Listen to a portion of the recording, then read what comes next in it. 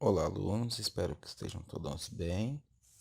Então, para o nosso capítulo 10, a unidade de ângulos da apostila, ela inicia trazendo a Torre de Pisa, na Praça dos Milagres, que fica na Itália. Essa é uma foto de 2019.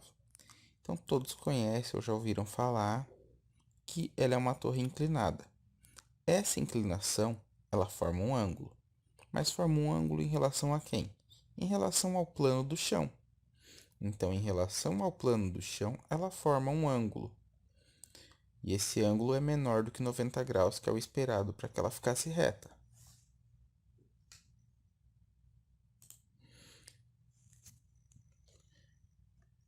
Na segunda página aí do capítulo, vem contando um pouco da história da Torre de Pisa, que ela chegou a ter 5,5 graus, 5 graus e meio, quando foram tomadas algumas medidas para diminuir essa inclinação,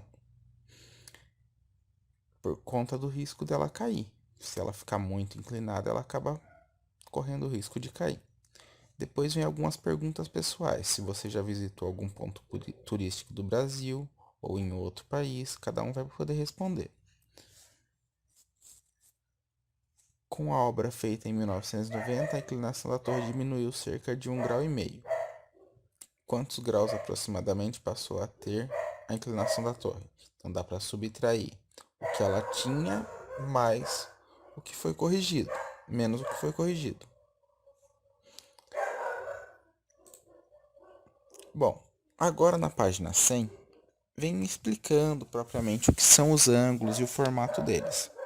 A professora de matemática levou para a sala de aula um leque para representar alguns giros em torno de um ponto fixo. Veja alguns giros que ela representou com esse objeto.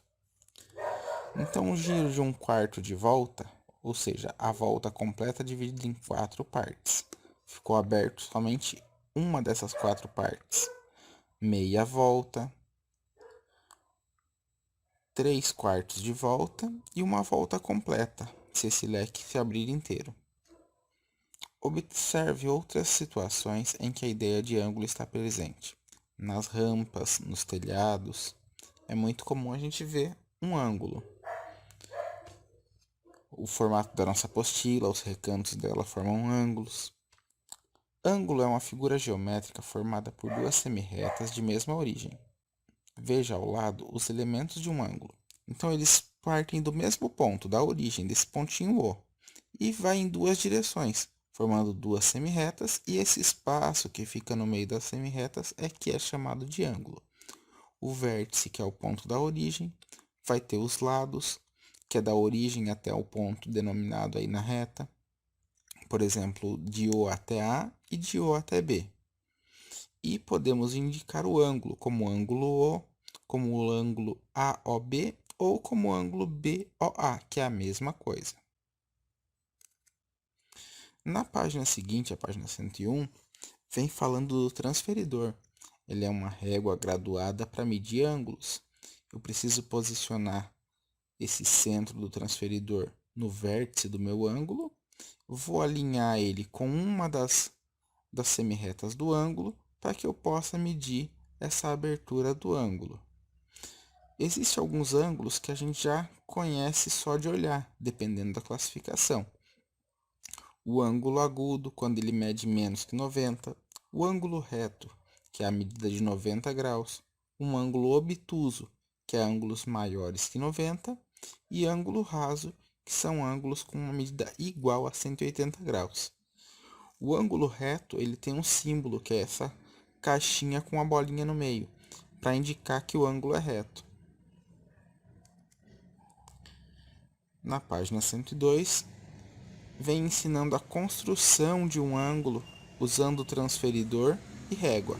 Eu marco uma reta, depois eu posiciono o centro do meu transferidor nesse vértice que foi criado e depois eu vou procurar a abertura que eu estou desejando com o meu ângulo. 50 graus, 100 graus, 90 graus, depende do que eu estou precisando criar. Marco um ponto e depois utilizo a régua para traçar a criação do meu ângulo. Nas atividades para a sala, o exercício 1. podemos notar a presença dos ângulos no nosso dia a dia. Veja alguns exemplos nas imagens abaixo. Nos ponteiros do relógio, no chalé, na escada.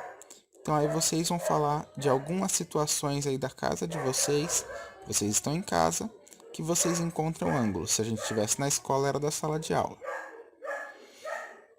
O exercício 2 ele fala do esquadro, que é muito usado por marceneiros para obter maior precisão em suas construções. Observe em destaque dois ângulos que podem ser construídos com esse instrumento. Então dá para construir o ângulo raso e também o ângulo reto. O ângulo raso porque o ângulo raso é uma linha reta, somente marca o tamanho do ângulo. E o ângulo reto porque forma um ângulo de 90 graus, ali onde se une as duas partes do meu esquadro. Beleza? Essa instrução, essas dicas aí da apostila, elas são para vocês continuarem com os exercícios.